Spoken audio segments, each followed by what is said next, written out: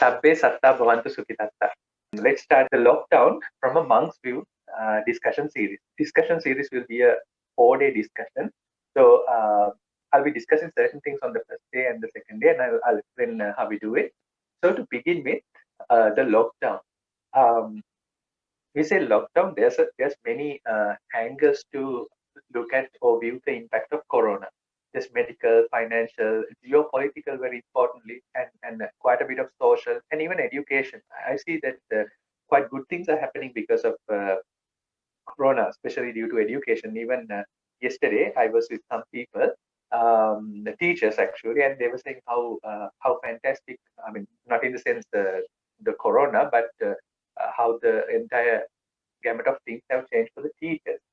They're using Zoom, they're using WhatsApp, Microsoft Teams, and they're going into more learning management system, LMS even at the secondary or primary school level. So a lot of content are now available for free, which is a nice thing. So many good aspects are also there with Corona for education. I think financially it would be a bit of a downturn, but many good things also that we can see coming out of Corona. But more importantly, what pertaining to our discussion, it would be more how this affects in a personal level. And when we look at how it affects on a personal level, I have roughly gathered a few ideas which are out there. Mind you, these are not the only issues that we face. So some of the main issues would be, especially in a lockdown. Before we go there, I think this is not the first lockdown that we are facing. It's been the second or the third. So we have some experience about lockdown. It's not our first, so it's a bit of an advanced version of a lockdown now. There are more complicated issue compared to the first time, because first time it was novel for us, and the lockdown was new. So the way we reacted at that time is quite different to the way we are reacting now. Now that things have complicated a little. So, out of many issues that most of us face, or at least most of my friends or people who are around the world complain me about their issues, they would be boredom, freedom taken away, building stress within the family or with your loved one, uncertainty, fear of sickness and death, fear of losing income, issues in transition to the new normal. Like I said, the new education system, new work system, working from home, etc. So these are the issues that we have faced. And in order to explain the monk's point of view, I have divided these issues into three. I'll tell you eventually why I divided these issues into three. How this, as per this discussion series, how it would flow is that I would be explaining on the day one about the first part, which I attach to compulsion. Don't worry about what compulsion is. So we'll be discussing about that part on the day one, and then we'll be discussing about the part two, the fear, on the day two, and then an acceptance on the third day, and on the fourth day we'll be looking at a more holistic picture, and I will also allow more Q and A time on the fourth day. So on the first day, I will just lay out my story. So I might take a little more time than usual. And I also would like to have an engaging conversation with regard to Corona or for any discussion. But unfortunately, I think it's better that on the first 2 days, first couple of days, I give you a bit of cover a bit of ground of what I'm trying to say, and then we'll come back to Q&A and touch base on the initial points that we have covered. So that would be the structure of this discussion, and also I'll be dividing this entire conversation into three parts. And the first part, or not the first part, but one part would be a therapeutic practice. Now, I will explain to you what a therapeutic practice. You will see what a therapeutic practice is in the long run, but there'll be a component for therapeutic practice, and then a therapeutic narrative. So apart from these two, bulk of this discussion, I hope, should be towards self-awareness. In Sinhala or even in Sanskrit or Pali, there's a differentiation called Sita Kaya Vachane. Now what that means is Kaya means your body, and Vachana means your word, and Sita means your mind. Because you would see that mind and body is always in a harmony, and the moment it lose sync, there'll be a problem. And also often that you would see that body has an impact on the way we think, and the mind has an impact on the way body functions. So it's very important that we concentrate on this one with regard to the whole corona related, COVID related stress that we have, lockdown related stress we have. But to give you an example how this body and mind combination work, I'm sure that most of you are aware of how it works, but you would see that I'll give you a small story. Um, our neighbors, we have some neighbors next to our temple in Sri Lanka, and one day the husband was at our temple and he was explaining that one day he has discovered a cat who has fallen to their well.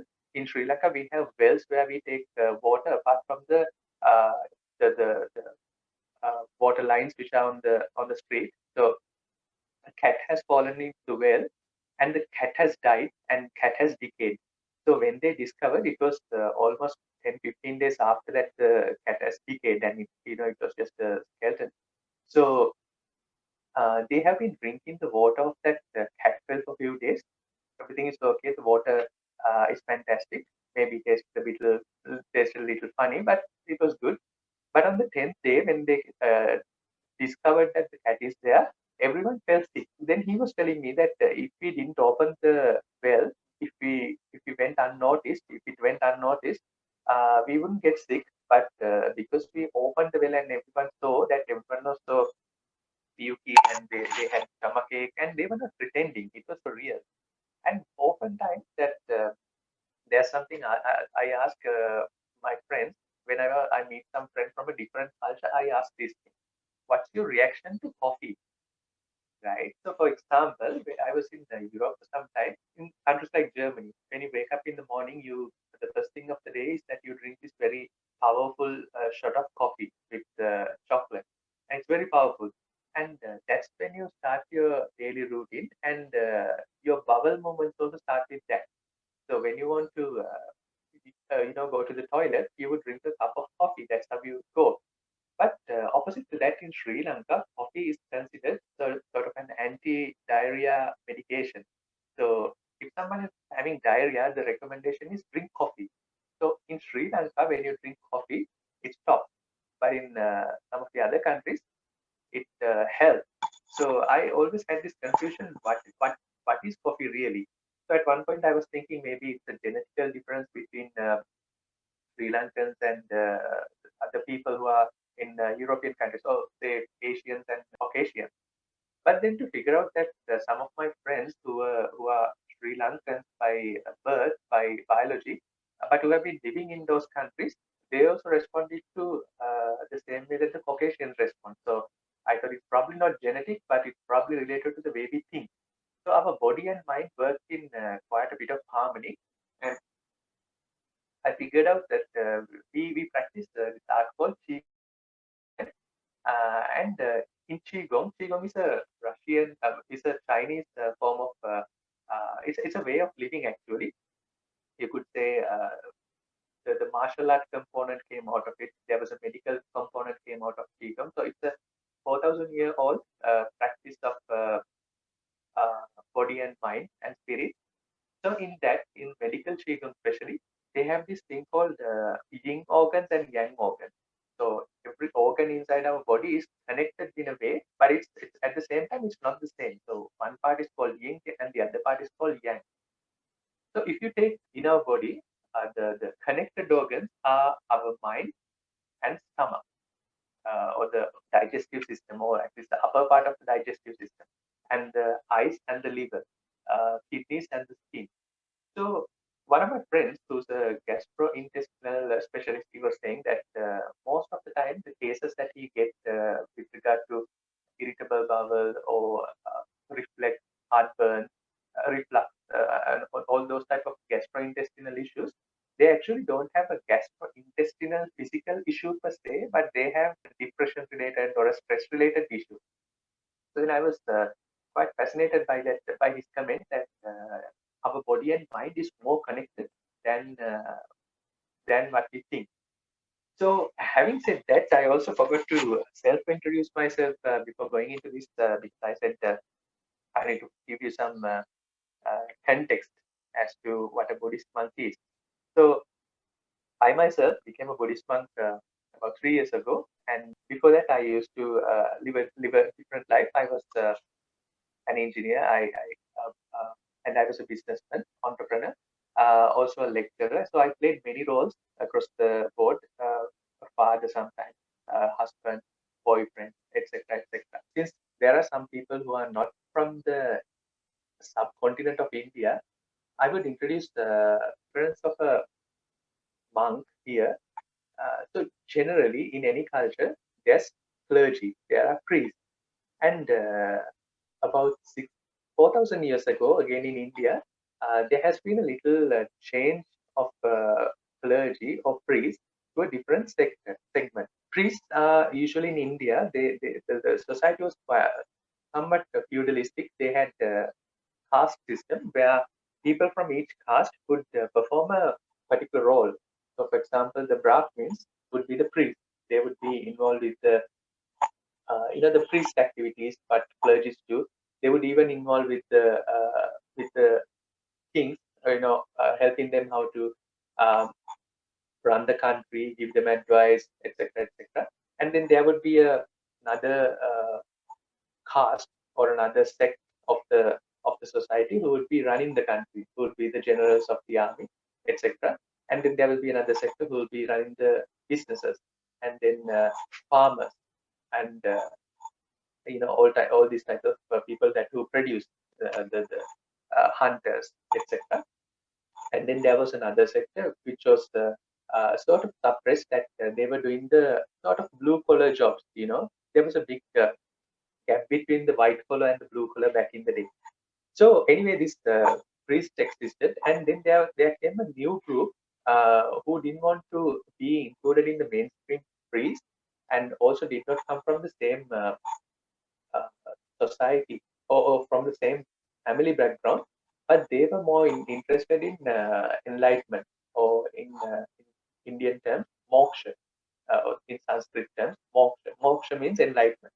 So it could mean anything, finding Brahman, being one with Brahman, to finding enlightenment and moksha. So this sect was a little different, and that sect was called Upanishad that time.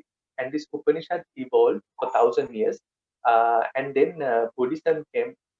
Siddhartha Gautama, who was a prince, became Buddha, and Buddha had many followers, starting from uh, 5 followers in the beginning. It expanded a lot, and then when it expanded, this sect also was Upanishads at the first, by definition, but they also got absorbed as the mainstream priest. So if you take Sri Lanka, Buddhist monks would represent the priest community here.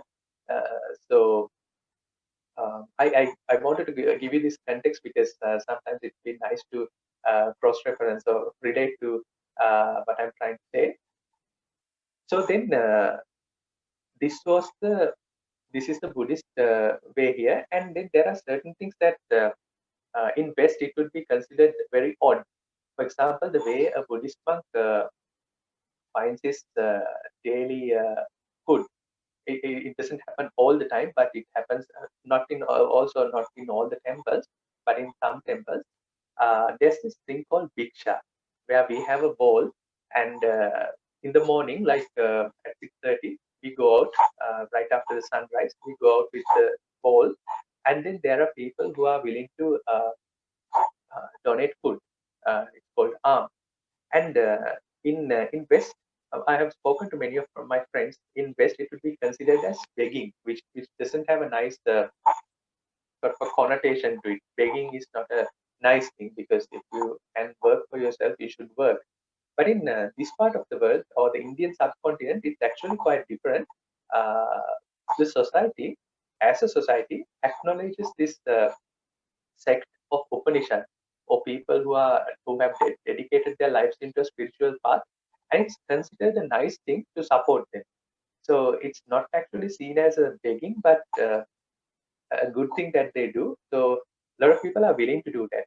So I wanted to tell you that fact, that compared to priests, priests per se, in mainstream priest world, these sannyasis or Upanishads or monks, they get their requirements from people.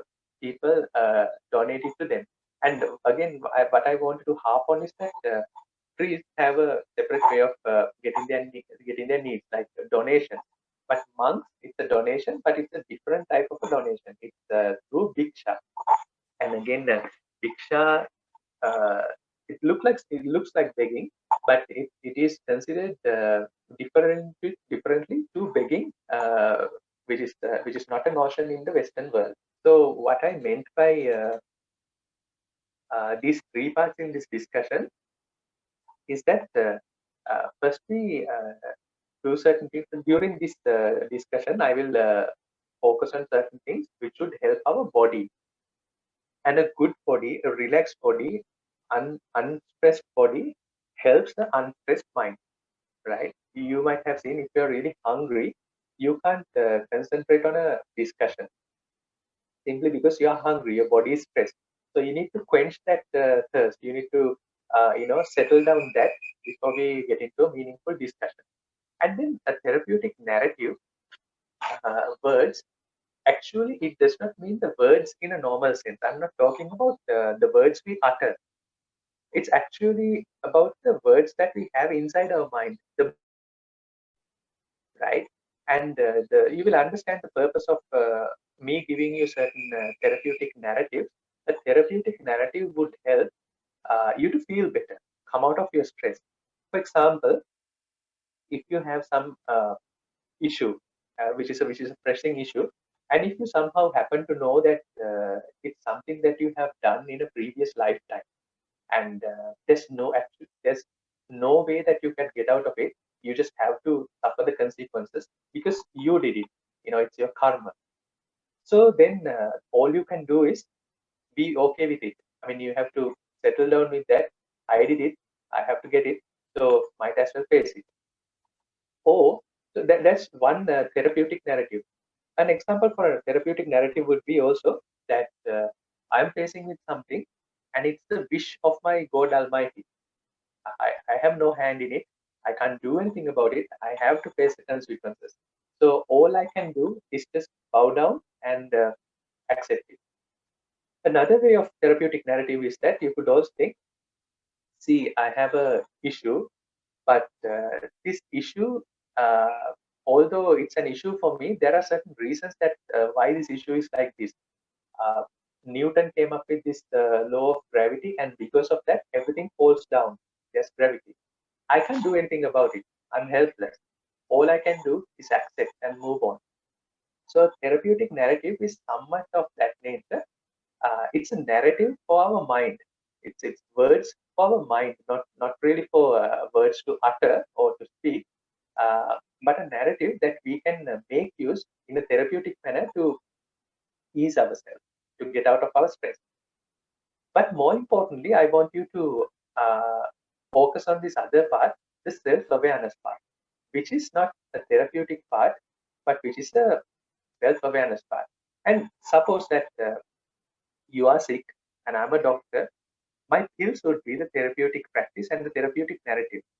But by self-awareness, I'm actually teaching you medicine. I'm not giving you a tablet. I'm giving you a self-healing knowledge. So that will be the self-awareness part.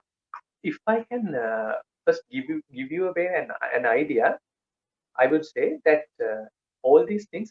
Why I said that is that I will not be asking you a question. I will be just throwing out my idea, my narrative, and then later on we can discuss if you agree or if you don't agree. So most of the time, for many of these issues, urge is the culprit.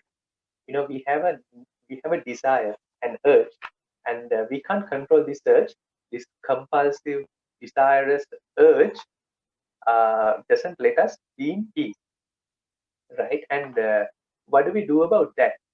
And when it comes to this urge, it also depends.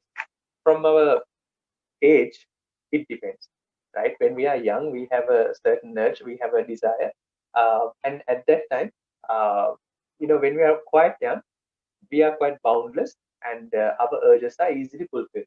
But then when we become teenagers, when we grow a little young, when we become adults, we have our urges, but we do not have the money to fulfill them. We have the time, we have the energy, but we don't have the money to fulfill them.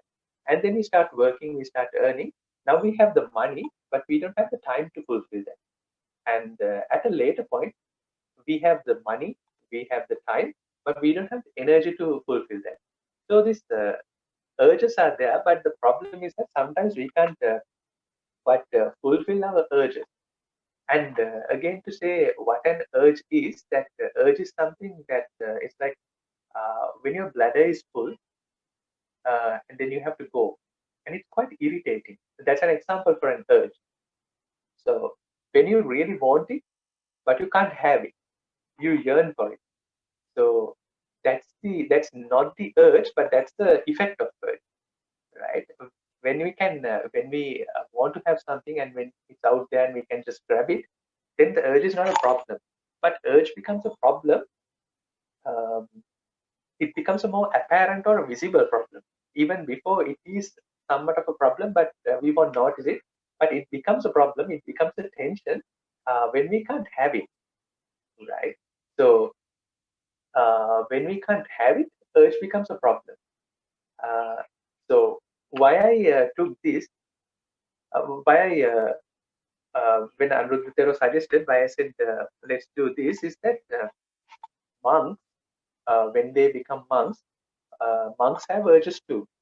But by the system, they are bound by certain things that they can't really do everything that they would like to do. So their urges are somewhat blocked. They have urges, but they can't do it. And when you become a monk, you can just wear a different robe, or wear a different piece of garment, and call yourself a monk, or you can become a monk internally.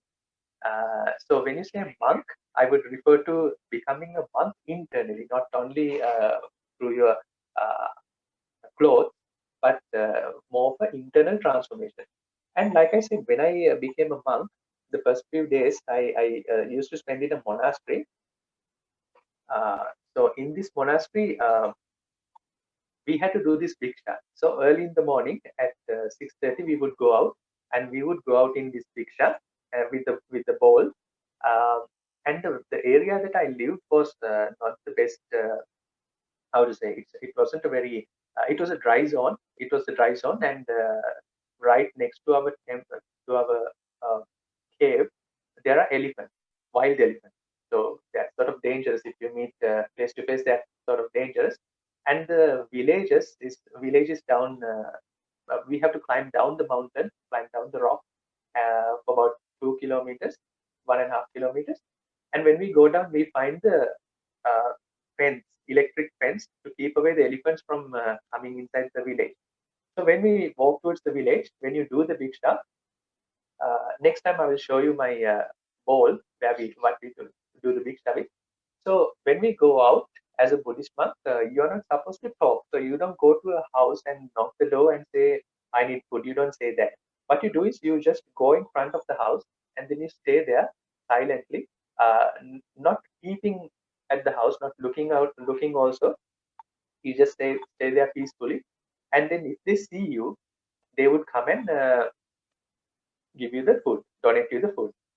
So I have seen that because by default we can do Diksha only once a day, once every day, because climbing up and down that cave was the rock was difficult. So you don't want to climb down 2 times a day. So we would do the Diksha in the morning, and then we would consume the same food during the lunchtime, and then we would not be eating towards the rest of the day. So in a way, a Buddhist monk is on an intermittent fasting diet. So we eat in a period of 8 hours. So it's a 8 to 16 intermittent fasting. So so during the night, you're somewhat hungry, especially me being a layperson who used to eat 3 meals and then becoming a monk. I was quite hungry. So in the morning, you wake up thinking that I'm really hungry, and then I need to go down and grab this food. But when you go down, when you walk down 1.5 kilometers in this hilly stretch and come down to the village, passing the fence, the electric fence. Um, and when you go in front of a house, I could see that people are inside the house. They are moving about. The television is on, but they don't see me. And if they don't see me, I have to simply go. Right? I have to move on to the next house, and then I would stay there and see if anyone notices me. And by any chance, if someone notices me, they come out and they donate a spoon of what they have prepared. So another good thing is that by doing that, you're not a burden to the society because anyone can donate you a spoon of their rice pot. Instead of giving you an entire rice pot, anyone can give you a spoon. So in a way, that it's a very organic way that no one is to to pressurize to donate to you. It's a very small thing that you have to donate. So in some houses, they spot me, but they don't have food because they're so poor. They come and say, sadhu, which is the term for a monk. Sadhu, we don't have food for even ourselves. I'm really sorry. Um, I really want to give you, but I don't have food. And that area was quite poverty stricken, and they are all living in farms. They are all farmers, and because of the dry season, they don't have water throughout the year. So it's a bit of a rough situation, and there's elephants and all sort of other things. So their household income is quite low. And then me coming down from the rock all the way down and go to a house, and they say, Sadhu, I'm really sorry, we didn't cook food today. So and then you have to move on to the next house. And I really felt the urge at that time. You might not understand this, me being a layperson, eating 3 meals, going to a temple, and staying on a fasting for the most of the night, waking up in the morning, climbing down the 1.5 kilometer rocky patch, and then go to a house and they say, Sadhu, we don't have food. Or even they would not notice me, right? So then uh, even if some people notice, what they do is they donate whatever they. So when you go to the next house, they donate what they have. So end of the day, that whole bowl becomes a soup of everything. And that bowl is not only for food items. Some people donate non-edibles also. So you would find in that bowl the curries, the rice, bananas with the peel, mangoes without peeling the mangoes, um, biscuit packet, soap, yogurt. You would find almost anything. It doesn't have to be edible. There are non-edibles also. So uh, the bowl looks quite different. I would say even a little disgusting. But then, what I wanted to point out was that when my mother knew that I was doing this Diksha, becoming a monk, she was quite upset. And the word she said was, Sadhu, are you okay? Because it looked quite disgusting. And I would like to tell you that I was in a sort of a transformative period. And when I really decided to become a monk, when I sort of took that decision, all right, I'm going to do that. I was actually was not in Sri Lanka. I was in Singapore. Every year in October, there's this uh, exhibition called ITB, and I get invited as a buyer. It's a hosted program, so I get to stay 3-4 days in Marina Bay Sands in Singapore. So it's quite a posh hotel, and if you don't know Marina Bay Sands, that was the hotel which was featured in Crazy Rich Asians. So it's quite I think 5 or 7 starish. And when I was eating breakfast in that 7-star hotel or 5-star hotel, I figured that eating this versus eating from that bowl doesn't feel any different to me. So I was down with it. I was cool with it. It was okay for me. So that's why I was telling that being a monk is not just wearing a robe. There will be a different level of acceptance. So because of that, because I really transformed myself to accept that food even out of that bowl, it was okay for me. So going back to our presentation, and a monk, then again, in terms of his daily routine, monks don't have many things to do. They only have a few things to do. They can meditate. They can do the prayers, the chanting, and they have to keep their quarters clean, wash your robes, clean the place, clean the temple, and then go on this diksha. So it's pretty much 5 or 6 activities, right? And again, when you are deprived of electricity or internet or a phone, you don't have any other source of entertainment other than a book. But then the books are all about philosophy, so there's really no entertainment in that sense. But then I figured that after right now I'm not living in the same temple, same monastery. I'm living in a temple in the city in Colombo. But looking back, I figured that that period was so beautiful. I mean, I didn't feel any issue at all. Even now, one of my friend asked me uh, right after the first wave of lockdown, Sadhu, how are you? Is everything okay? We are in a lockdown. Uh, is everything okay with you? Are you getting food? Are you getting your rations? What can we do for you? Is everything okay? Then my response was actually quite epiphany for me also. I said, absolutely nothing has changed for me. And I think it was quite fantastic. Although people felt that there was a huge difference after this lockdown and the whole COVID thing came, to me personally, I did not feel much different. You know, it was the same old thing, because my life was so minimalistic. I was so content with what I had. Life did not feel the issues related to COVID, related to Corona or to lockdown, did not make an impact on my life at all. Apart from more people now having time and calling me with regard to their depressions, other than that, I had no impact from the lockdown. So I wanted to point out that uh, that would be the learning that you can get out from me, about from my experience with regard to your issues. And I'll be sharing my experience, how a monk could think in this particular situation.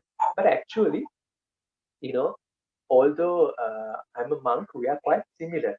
I mean, I'm human, you are human. We share the same DNA to 99.999%. The DNAs, the structure we have, the chromosomes, they are quite the same. And even I speak English, right? So we are quite similar. And I also have been living in the Western culture, so I understand the ways of Western world and the Eastern world. So understanding me, or me relating to my experience, is actually not for me, it's for you to relate this experience to your life. So by trying to understand the monk, you are actually trying to understand yourself. Right. I'll get to that. Before we go there, I wanted to tell you something, a bit of preamble, I would say. So please bear with me for some time, and then for at least the first day, and then listen to this preamble that I would lay before we come down to your questions, which is the more important thing. I will talk a little about our mind, right? So when you say mind, or thinking or thought or cognition, we have this thing called the chain of thought or train of thought. So we say that we have a chain of thought, but then I would like to ask you the question: is it a chain of thought, or are they chain thoughts? Now, what does that mean? Is it a thought chain or a chain thought, right? So, in order to explain that a little, thought chain or chain thought, right? I would like to ask you this, and reflect for yourself, right? You don't have to. It's a rhetorical question, but think for yourself. How does a god or an angel look like to you? Now, it can be any personal deity, God Almighty, angels, anything. Just for a moment, try to make a mental note, a mental image of how this god or angel look like. So if I ask you, you would say, my god or my angel was like this, right? We know Zeus, and we know the god, so it was like this, or it was like this, or it was like this, or it was like this, right? So the last one is actually Optimus Prime. If you haven't watched, if you are not a kid anymore, if you haven't watched Transformers, you would know who Optimus Prime is. So Optimus Prime is a alien thing. It's not like God, but it's something almost God-like. It is this uh, truck-looking guy can transform into a uh, being. So that's Optimus Prime. So you would see that when I ask you the question, how does a god or an angel look like? Most of the time you would have a mental image of a human-like form, or you would have an animal-like form. If you are from a fancy culture like India, um, even China, you would see that they're so creative. Their gods look so nice. I mean, there's the very animal-like, and there are hybrid gods who are half human, uh, half animal-like. And even if you look at the Hellenic gods, there are some interesting gods. The everyone knows about the human-like gods, but the other gods are really interesting. And this Transformer guys, they came up with a truck god. But you know, when I asked you the question, you could have thought of anything. There are so many possibilities that you could think of, but you don't do that. You only think on a particular way. For example, if you grew in a more Greek or a Christianity related uh, environment, you would think of the god sort of on the first picture. But if you are from Egypt, I don't think anyone is, you would think of this god. And if you are from India, Lord Ganesha, you would think the god of god to be like this. So based on your upbringing, based on what you have heard, your thoughts are limited based on what you have heard and what you have uh, growing up into, what you have brought up in the culture. No one would come up with a image like this. No, what is this? What does this mean? It looks a little confusing, but no one would want to come up with this. So, what I want to point out is that although we think that we could think of anything, we can't really think of anything. We are designed to think of certain things only, right? So that's why I asked the question: do we have a chain of thoughts or a thought train or uh, do we have free flowing chain of thoughts where we could think anything? Anything is possible, or is our thoughts are really actually chained? Even though you could have thought of many things, you did not think of that. You only thought of this. You only thought of the god that you are most familiar with.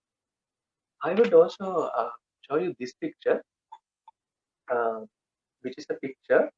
If you can identify, anyone knows, this is a picture of an image taken from the Hubble telescope, right? So it's fantastic. It's beautiful. Hubble telescope. So people who don't know what Hubble telescope is, it's a satellite telescope which takes images of the universe, right? And what I wanted to tell you with this is that now Hubble telescope has a few cameras. It has a uh, okay, before going into that, I would have to tell you a bit of physics. So there's this naturally occurring phenomena called electromagnetic wave. An example for an electromagnetic wave is light. So light is not the only electromagnetic wave.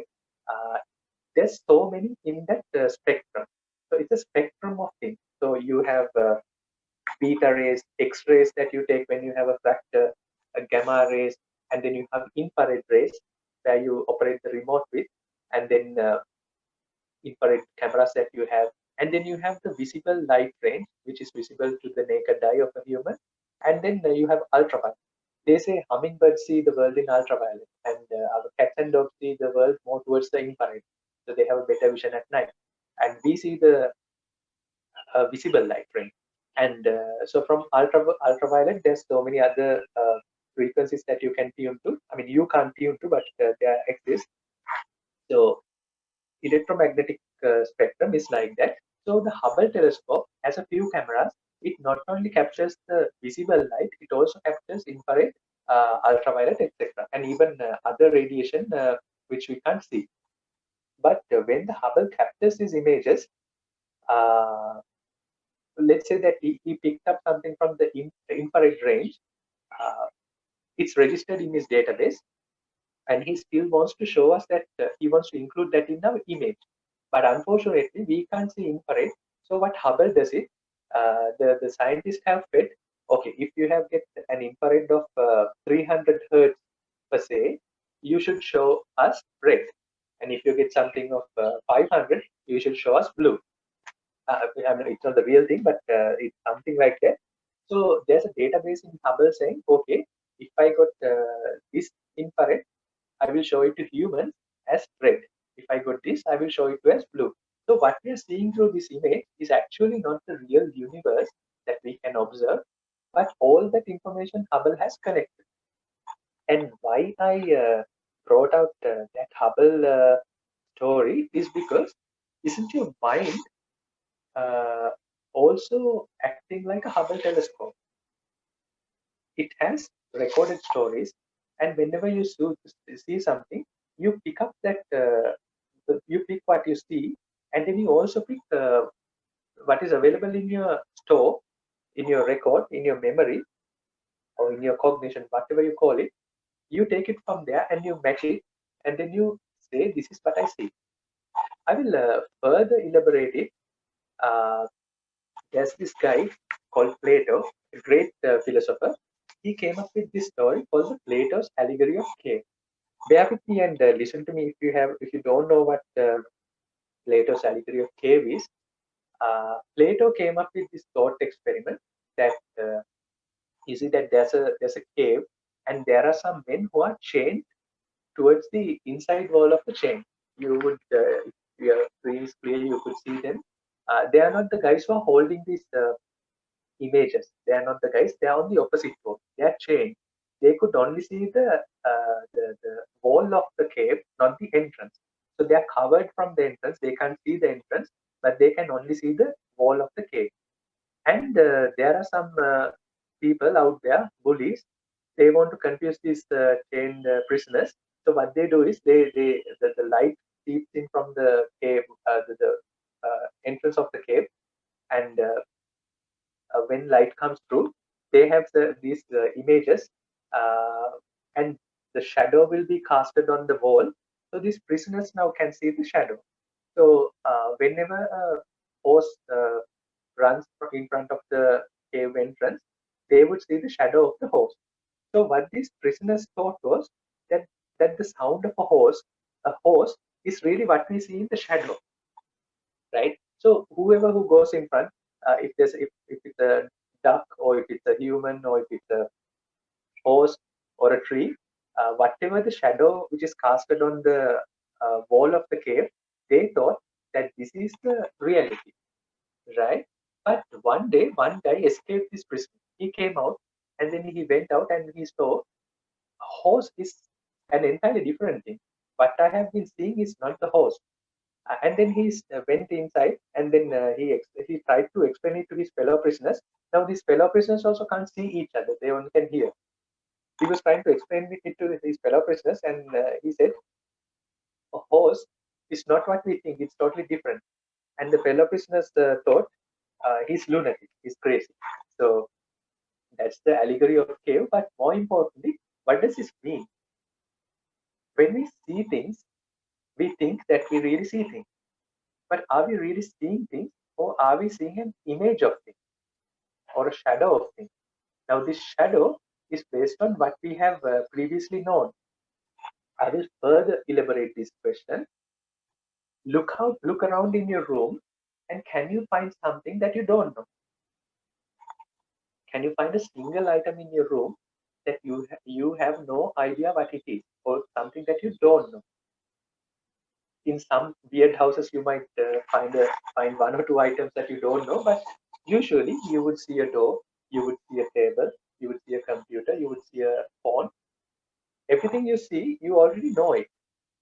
And if there's something totally new, I would say you still know it. If you see something totally unrecognizable, you still know it, that you know it's different to the things that I know. So you still know. we cannot see anything that we don't know. Have you start thinking of our mind in that sense? Can we think of anything that we don't know? We can only think of things we know. Are we really actually looking at things? So, are we looking at things we know?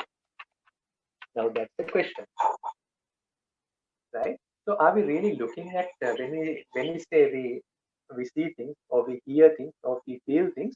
Are we look at really the things out there, or are we prisoners in our cave, like the Plato's allegory?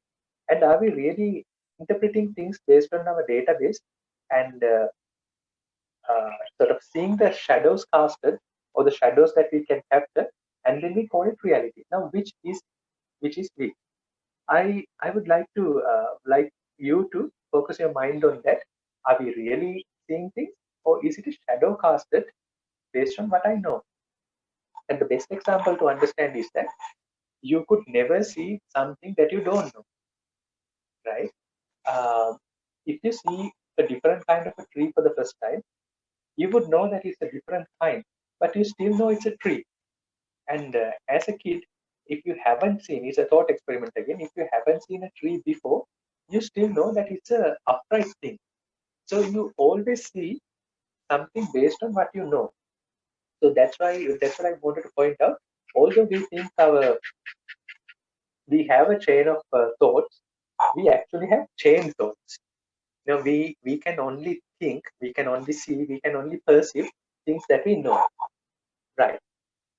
Moving on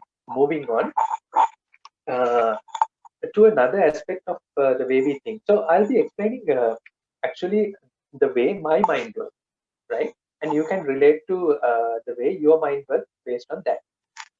So when I put this image out, coffee, uh, often this is associated with a couple of friends having coffee. Even the heart shape is imprinted on the latte. So coffee is always associated with friends, loved ones, romantic. That is the idea that we get. And when you look at this, sports and beer, you watch a football match and there's beer, and then you have ice cream, break up ice cream. When you have, it's so mainstream, it's so pop culture, it's shown on movies. Uh, Girls and boys, whenever they have a breakup, they eat ice cream. So it's very natural for us to also go out and eat an ice cream when we have a breakup or a heartache. Or tea. Now, tea is a culture in Sri Lanka. We are famous for Ceylon tea, and then we drink a lot of tea. And if you look, the tea was actually introduced by the British to Sri Lanka, the English. And if you look at the different flavors of tea, you see that there's Earl Grey, there's morning breakfast, where you obviously drink in the morning. So tea also is used in certain occasions, and each tea brand is used in certain occasions.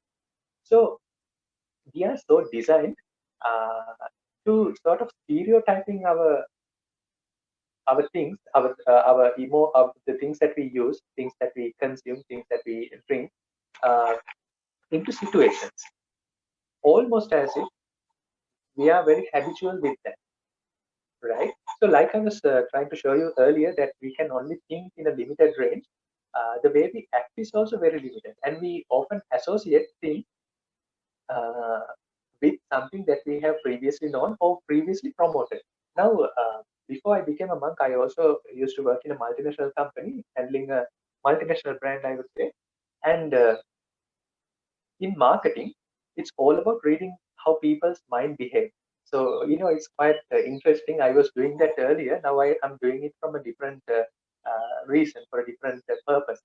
So, in marketing, it's all about reading the mind of people. Marketeers know how limited the thought, how chained the thoughts are, and what they want to do is they want to direct your thinking in a particular way. So when you go to a sports bar and when you want to have a good time with your friends, there is a particular beer brand that you would pick. Or if you want to go out and have coffee with your friends, there is a particular brand of coffee that you would pick, and that's how they program you. So why they could program you is because every one of us works in this habitual pattern, right? So again, further elaborate it, you would see how we behave in different scenarios. So obviously, this looks like a party. It's a wedding, probably, and we act in a certain manner. Even if you are not directly related to a close friend of the bride or the groom, your mind is acting in a particular manner. Same goes on a funeral. Even if you are not a close person to the family, you sort of looks different to the way that your body language is body language is at during the wedding or the party. So each environmental situation, if you're at a shrine, if you're at a temple or a church, you're different. You're more uh, pious and you're more spiritual looking. It's quite opposite to being at a party or being at a funeral. So every occasion that we go, or every environment that we go, we tend to act differently.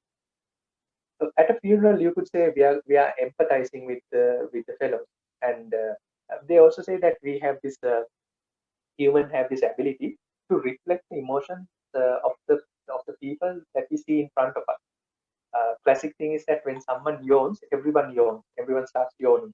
So we have the ability to sort of mimic. So it's very similar to these situations that each situation that we go, we wear our own costume. I'm not saying externally, but internally. Our mind wears this costume, and we start acting like that. So when you go to Maldives, you're so free. It's very romantic and all that. But the question I want to ask you is that why can't you act as if you are in a beautiful sunny island of Maldives while you are at lockdown? So why can't you act super happy? I mean, you don't have to show it out to other people, but internally, why can't you be really excited and happy like you are at a party when you're at a funeral? Or can you be very depressed or sad at a party like when you're at a funeral? Can you swap these feelings? And if you can't, what stops you? Is the habit, or is it really like that? I want you to go out during the next week until I speak to you the next week. Go out and see. Can we now again be a little cautious on that? Don't act weird outside when you go out, right? Don't go to a wedding and try to dance off. That would be socially awkward. Don't do that. But I'm talking is internally, not externally. Externally, you could wear your black dress and go to a funeral, but internally, you're so excited. Again, this is of course if you're not a close relative or a keen of the family, right? But other things like can you be can you have the same feeling of being in a shrine when you're in Maldives? Or can you have the same feeling when you have in Maldives in a shrine? Again, let me reiterate again. Don't do it outside physically. I'm only talking about a thought experiment here, because it would be socially awkward. I mean, you can try out certain things, but then people would start saying that they listen to this Buddhist monk and now they look act weird. So I don't want people to say that to you, right? So now, having said that, are we really? What I wanted to point out is that are we really thinking freely? Do we have a free will of thought, or are we really just thinking in the limited information we have, and we are just creatures of habit? We only can think of a certain pattern. They say that how memories are imprinted in our brain. This is just what the neuroscientists say, that we have neurocells in our brain, and whenever we try to think of an emotion, it would be the same neural pattern. So let's say that there's ABC neurons, sadness would be that pattern. And more we practice sadness, the neural link between those neurons or the cells, they become stronger.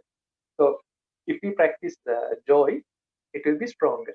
Same thing for memories. If you keep thinking about your mom uh, or your dad or a flower, that neural link will be stronger. So it's almost as if that elephant walking on the same path every day, and day by day it becomes stronger. So although we think that we think freely, we act freely, it's evident that we tend to act in a very habitual manner.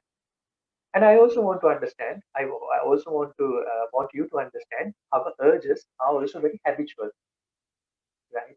The urges are not free will, they're not quite free, they are very habitual. And there's a particular way that these urges are formed.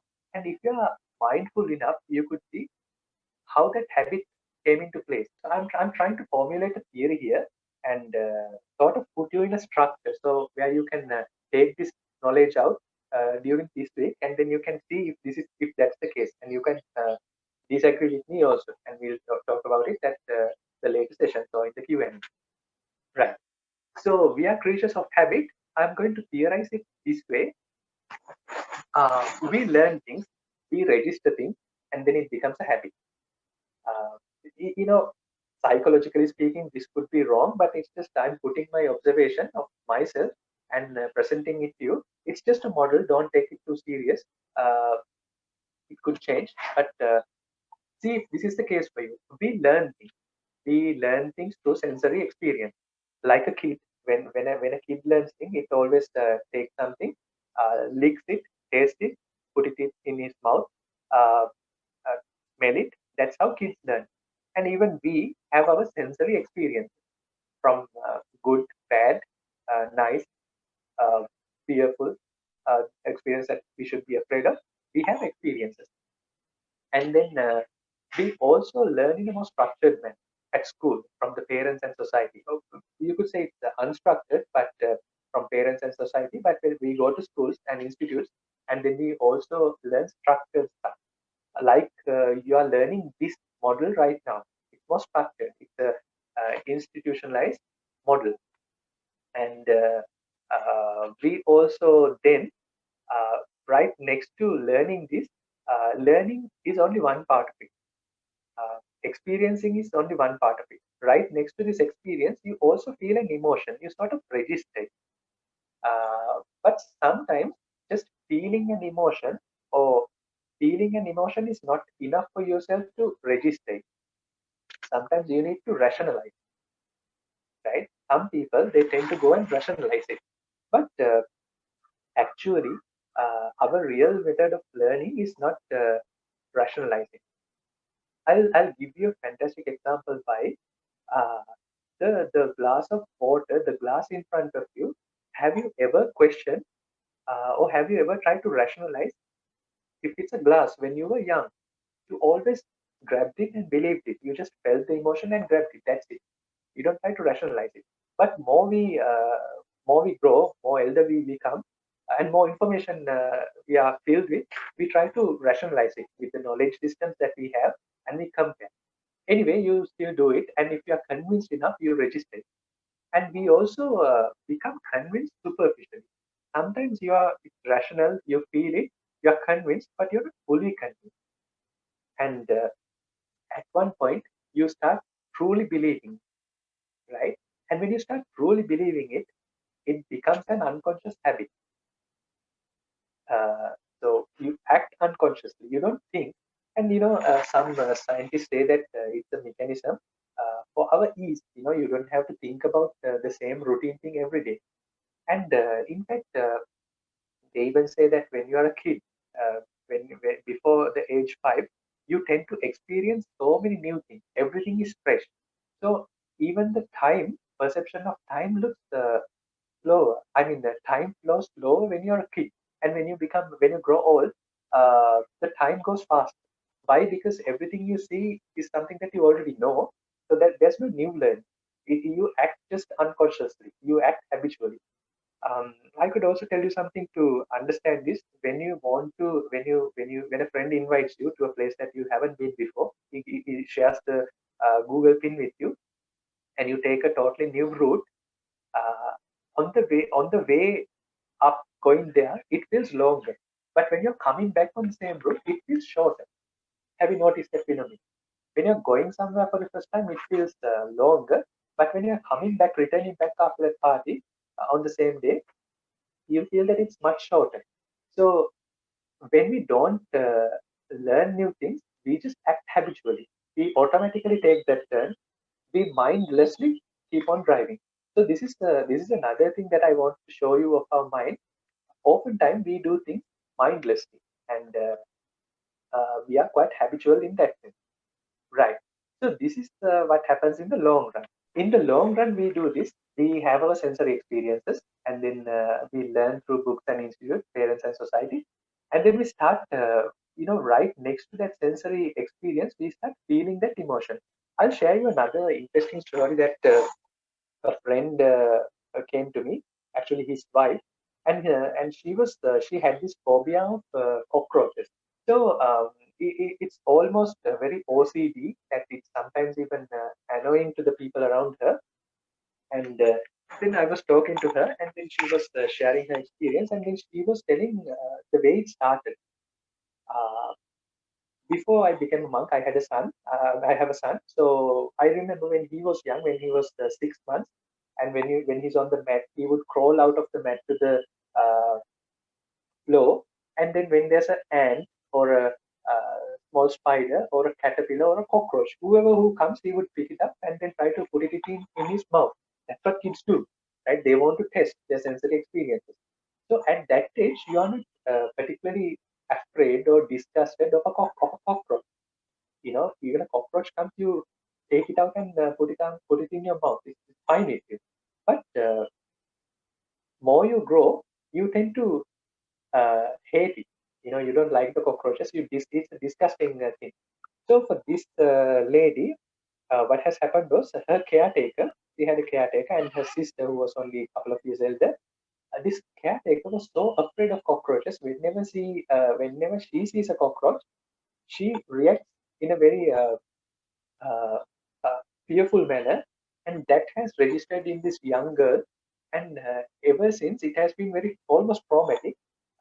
She started developing this uh, extra fear for the cockroaches. So you see that sometimes when you feel the emotion uh, and deeply register it, it becomes a spontaneous habit, totally unconscious habit. But when I told her this is the way mind works, she actually started becoming aware of her current sensory experiences and how we react to the current environment. And then she started understanding her phobia to it, or the obsessive compulsiveness towards it. So this is in the long run. Now, what happens in the short run? So in the short run, we see things, we taste, we hear, we see, smell, touch.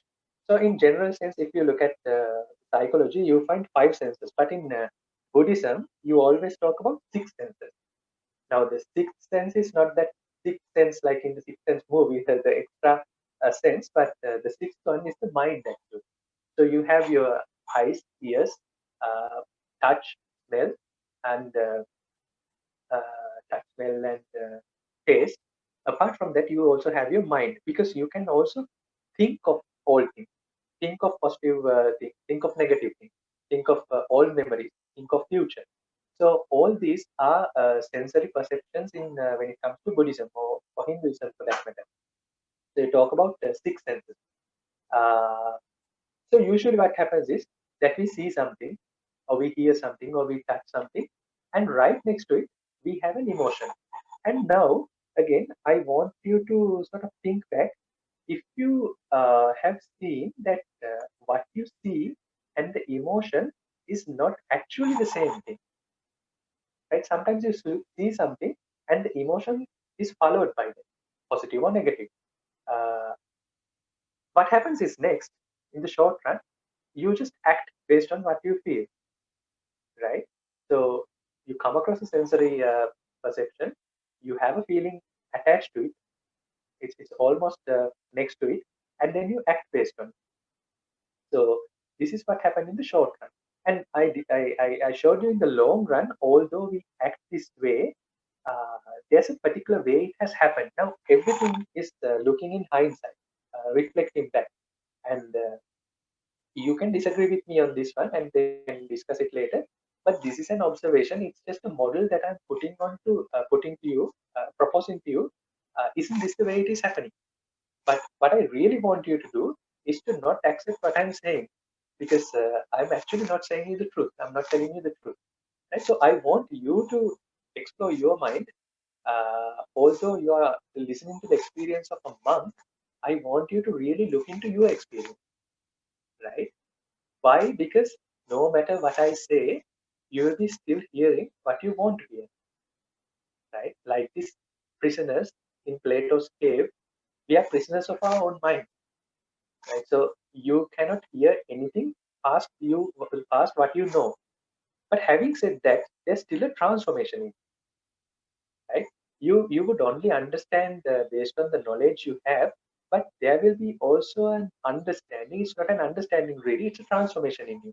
By listening to me, you would be, first thing is that you could get brainwashed. You could listen to me and you can get brainwashed, and you can follow me for 10 years, and after 10 years you will realize that this monk has been lying all this time, right? Or you can recognize it in 2 weeks, and then you can say this is not the case, right? And then you can go back to your original pattern.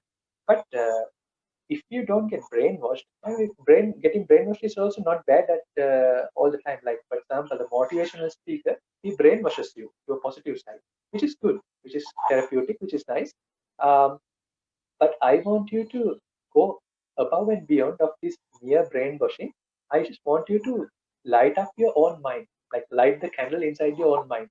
So the prisoners are not in dark anymore, right? So in the short run, I will propose you another model for the short run. So we have our stimuli, right? We have the stimuli that we get from our sensory inputs, and then right next to our stimuli, we have our emotion. In psychology, in management, they talk about this brain map or mind map. You would see that our mind works in a path like sort of chain of thoughts, and this chain of thoughts are right next to each other. So when we think about the chocolate, I also remember the first girlfriend who gave me a chocolate. Or when I see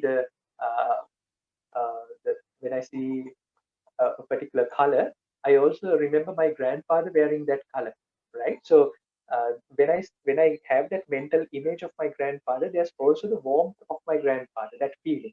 So you have a stimuli, and then you have an emotion also right next to it, and then you have the action based on what you feel. You act accordingly. Now, this doesn't have to happen in this format all the time. Sometimes you can get a stimuli, and based on that stimuli, you can get another stimuli, or you can get an emotion based on the stimuli, and then based on that emotion, you can get another emotion, and you can react to that emotion, and that reaction will be another stimuli. So it's all intertwined. It's not like a linear process which is happening. So you have your stimuli, you have your emotion, and then you have your action. And why am I telling myself being a monk and all that? This is my long run and short run. Now see if it fits to you also. Right. So we were talking about the urge in the beginning, and then without talking about without directly approaching urge, I was telling you a few things that mind is limited by the knowledge and belief we have, and we are creatures of habit, and that we feel, we talk, or act based on the stimuli, right? So in the long run, there's a particular way of we start believing, getting convinced, and start believing in things until it becomes a habit. And in the short run, based on this habit, we have a stimuli, and then we using that habit that we have developed, we respond to that stimuli, and there's always an emotion attached to it, right? So we'll move on to the other side of it. Uh, Different facets of this search. Now, what does that mean? Probably you have seen this thing. This is the pyramid introduced by this guy called Maslow. So it's the basic motivational theory of people, right? Why people do what they do, and at each point of their life, they have different desires. These are different urges, right? So they say that when you're quite young, your needs are quite physiological, like it's, getting your milk, getting your food, and the basic stuff. And then there comes a point in life, early kid, a kid when he grows, apart from just feeding on your mother's milk, on your mother's teeth, you need safety also. You need to have that feeling of safety. And further you go when you become a teenager, or even a early child, apart from being safe, we also need to have this sense of belongingness or love, right? Especially when you are a teenager. And then after that point, it's not all about being loved or having your sort of physiological or materialistic needs or being safe. You also need power in your life, right? And they say that after that, or after that stage, some people would even go to this thing called self-actualization. So that's Maslow's view of urge or desire, or why people uh, do what they do and what's the base of it. If you look into the ancient yogic practice, they have a better explanation of it.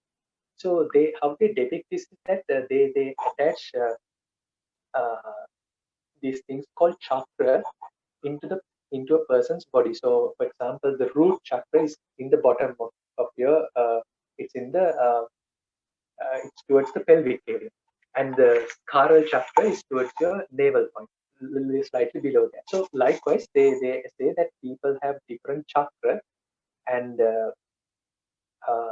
you can manipulate that chakra, and each chakra represents a color, each chakra represents this and that.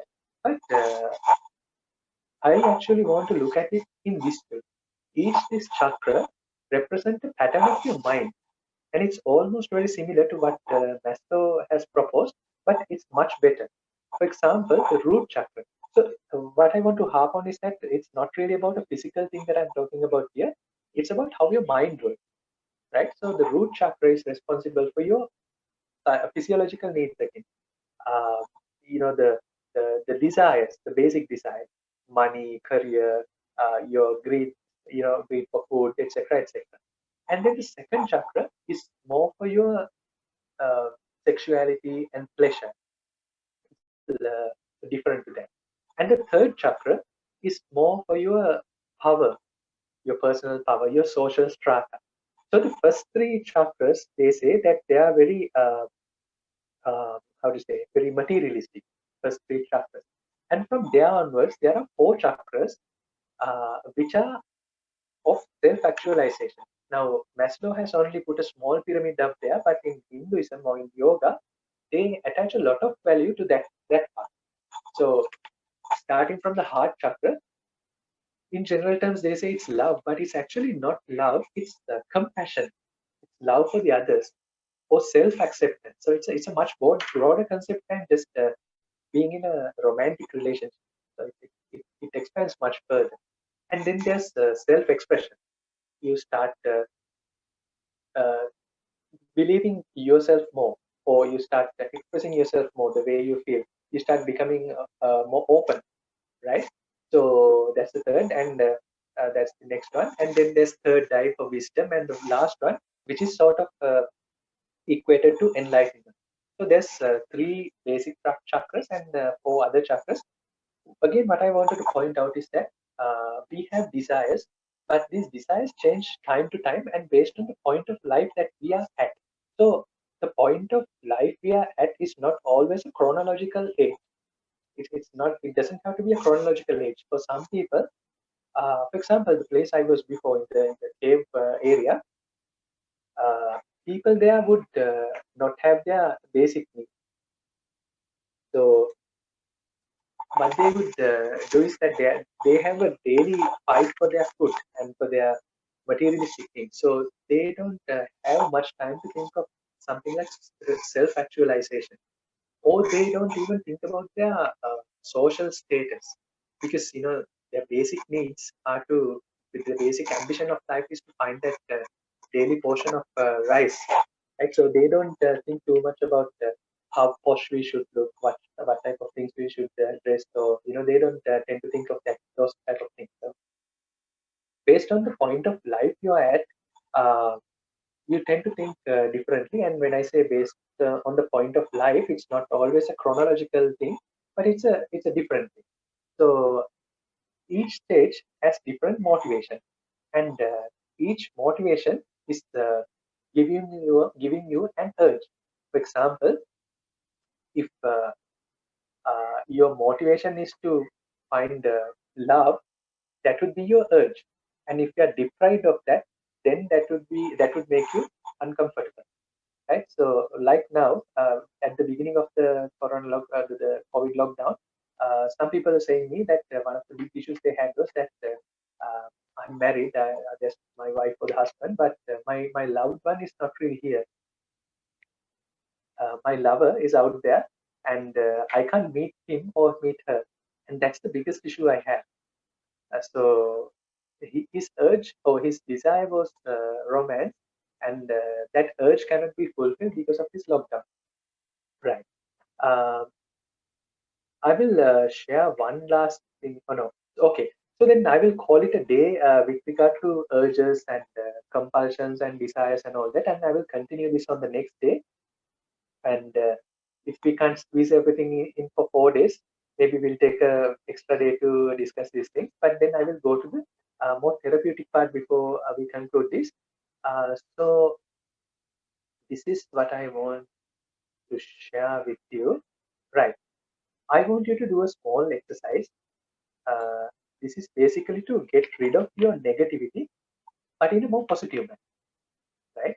Usually, usually when we try to get rid of our negativity or when we express our negativity, we express in a very negative manner.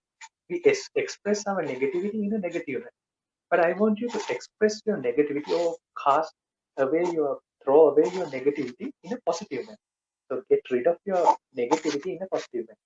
And in order to tell how it works, that you might have noticed you can place your palm facing upwards or downwards. So this motion is called supinated, and this is called pronated. So there's supinated and pronated. Supi, pro. And if you look at the word pronated, right? Pronated, it has this thing that you're prone to something. It's like you're vulnerable, you're downward, so you're prone to things, right? And supi in German it means super. That's what I learned from being in Germany. Supi means being positive or super. So supi, prone, right? And you might have noticed that when you breathe in and breathe out, inhale and exhale. In the morning, the first thing I did today in the morning, 2 hours ago, I yawned and stretched, and I did it in this position, like facing upward. But when you want to exhale, you sort of clench your body. You shrug your shoulders and you clench your body, almost in a pronated position. You can say that even when you try to express, right? Even when you try to express, uh, if someone asks, "How's your day today?" you would say, uh, uh, "It's bad," right? If it's very frustrating, uh, you would exhale, and you'll be in the pronated hand gesture. But if you're in a good mood, if someone asks, "How are you doing?" or if you're excited, so you inhale, ah, inhale. But it's the same sound, almost the same sound, but it's the inhale and you're supinated. Ah, ha, ha. So there's a difference in that. So the therapeutic practice what I'm proposing to you today is really this. What you can do is you are going to take a deep breath. I'll first tell you the steps. You're going to take a deep breath. And when you're taking this deep breath, uh, face your palms upward, being this supinated position, right? So you take a deep inhalation. And then next what you do is you don't try to exhale that out. You forget about exhalation. Don't focus on exhalation at all. But you open your mouth slightly and then try to say ah. Right now, this word ah or the sound ah is so important. I started learning Sanskrit recently. In Sanskrit, in Sinhala, in English, in any most of the languages, you find a to be the first vowel. So it's so important. It's like the first thing that we say. Ouch, like ah. It's a very basic human sound that we have. So you would also notice that when you say ah in a particular manner, you would feel the vibration on the base of your throat, on the base of your vocal cord. If you can take your finger there and sound an ah, you will feel the vibration of ah in your base of your throat or the base of the vocal cord, right? So what I want you to do is uh, deep inhale deeply, and then keep saying uh, in any tone, in any uh, semi note or whatever the musical note you want to say, but say a basic and then don't touch that vocal cord, but try to feel it. Try to feel or focus on the vibration of your throat, and then what you will do is when you keep doing that, you can also you will feel that when you keep exhaling your air out, that you will have to force air out from your diaphragm. You will also see that you will have to sort of squeeze your stomach and exhale out to keep that R going. And there will be a point where you are totally run out of air and your R will stop, and then you take a deep inhale again. So that's our therapeutic practice today. I will take this forward on the next day, and I will connect it to another physical sort of stretching exercise and how this affects our mind. And mind you, uh, if you do this in the morning or in the evening in a non-disturbing environment without thinking about anything, just leave everything you have away. You don't need to think of anything, you don't need to reflect of anything. All you have to do is just say ah, and ah being a very natural sound, there's absolutely nothing magically about it. You just say ah. So what you do is you take a deep inhale, you take a deep breath in, then you go and when you do that, you are in this supinated position. You are not in a pronated position, you are in a supinated position. You do this for 1 week, and let's discuss the result later. The idea of this is that you say the ah, which is a in a very positive manner, right? So you let out your frustration in a positive manner.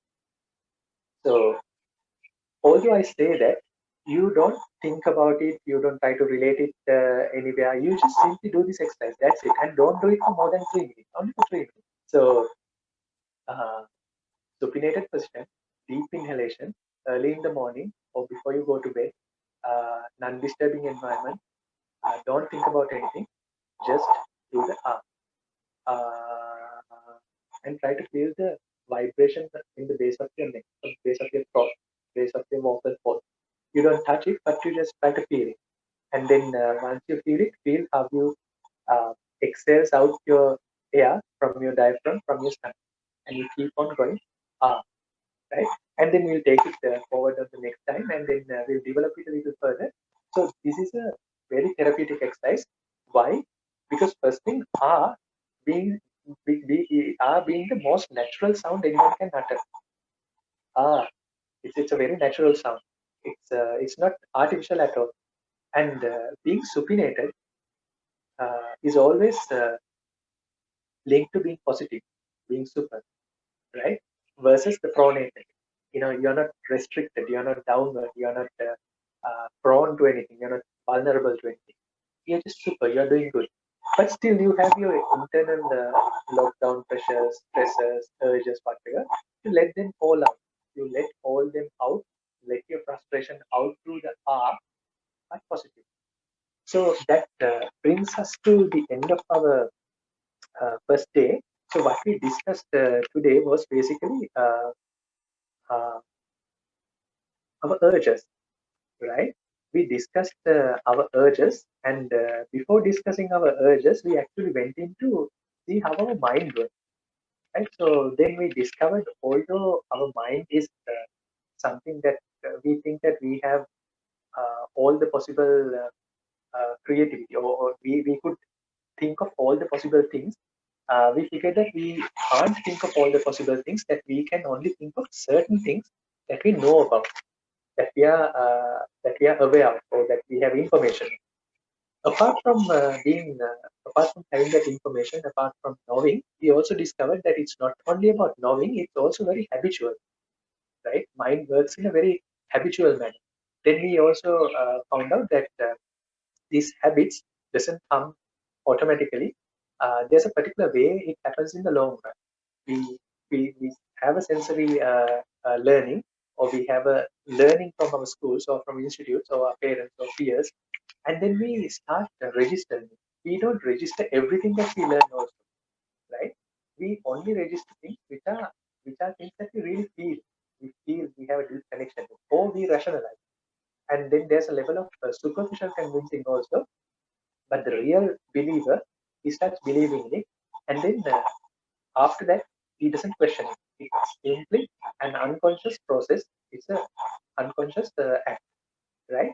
So when that happened in the long run, in the short run, we also saw that we have stimuli, and then right next to that, almost right next to that stimuli, there are emotions.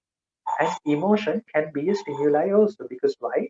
It's not only five senses, we have the sixth sense also. So the sixth sense generate images of our previous memories, previous taste, etc., etc. And then it also generates our previous emotion, how we felt. And based on how we felt, if you would notice that you could have another emotion right next to it. So what happens in the short run is that you have your stimuli, you have your emotion, and then there's a reaction. Classic example: you go to a funeral, you see the funeral, you remember how you felt when your parents passed away, and then you react in a very sad manner. That's just a very gross example. So what I want you to do is observe all these things that I mentioned. If you agree with me, that if you could see them in your mind, this is the monk's mind that we are talking about, my mind, but see if you could notice this in your mind. So with that, we'll conclude the first day, and we'll start again from this point. Instead of discussing here to next session, we'll discuss more about desires and compulsions. 7 a.m. here, and it's 8 p.m. for you. So today, before you go to sleep, uh, you had all this frustration.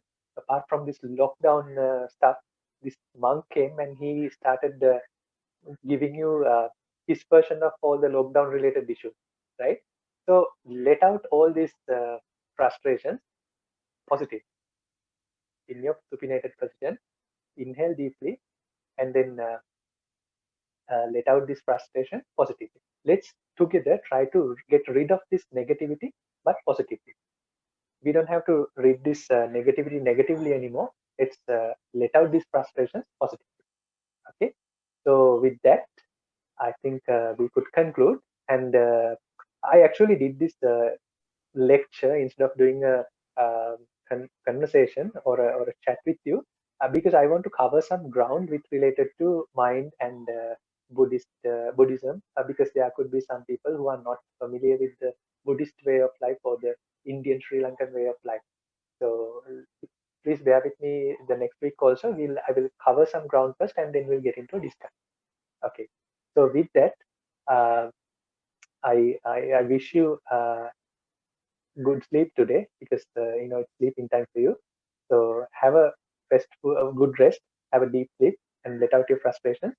And I would also wish you uh, Sabbe Satta Pavantu Sukhitatta, that may everyone find their existential bliss. With that, I will conclude for today.